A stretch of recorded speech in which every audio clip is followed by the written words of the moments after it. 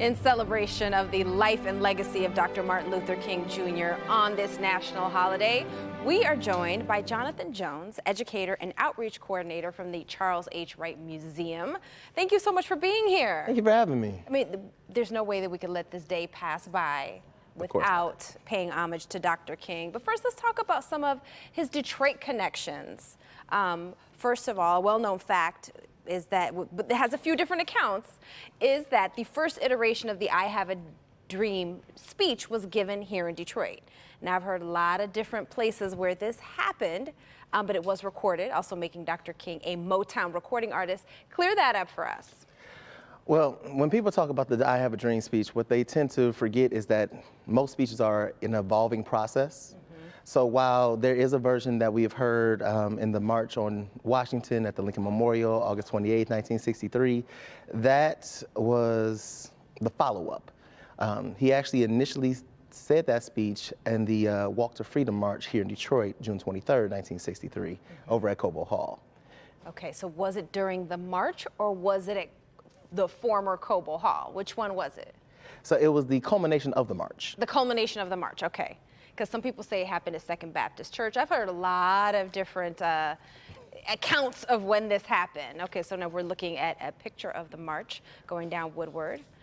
So good, that's cleared up. Yes, so you have over 125,000 people marching down Woodward Avenue that day.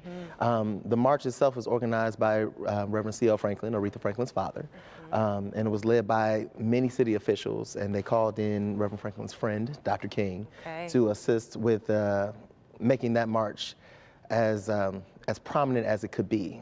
To that date, it was actually the largest nonviolent resistance march in the country. Wow, wow. So that is the connection between Dr. King and the Franklin family, but also a lot of people don't know that Dr. King was almost a preacher here in Detroit. That is correct. He actually spoke at Second Baptist Church several times, following the legacy of his father, who had also spoken at that church several times. And so he had a lot of connections to that institution and to the city as a whole. A lot of his family actually migrated up here during the Great Migration, and a lot of people were involved. A lot of people from the South have come up here over the years. So he had a lot of family that was here, and he was here quite often, actually. That's so interesting. I think that a lot of people think Dr. King, they think Alabama, they think, you know, Birmingham, they think Atlanta, they think Memphis, obviously, where his life tragically ended. But he had Detroit roots, and I think that that's just something that's so amazing and unique that we need to share with people. Well, that's the thing people often overlook. Detroit has always been at the epicenter of great social change. We've done it in the marches, we've done it in the speeches, we've done it in the protests, we've done it in the riots and the rebellions. But we've definitely done it in those connections, in those familial connections. 100%. I would love to know, like, the three places that Dr. King would always go to when he came to Detroit. I would love to know that. I'm not asking you, but we can find out. We could definitely find that out. I know that he actually did frequently visit Reverend C.L. Franklin. They were actually in the same convention with the Baptist preachers, and I know that he frequented Second Baptist Church quite often.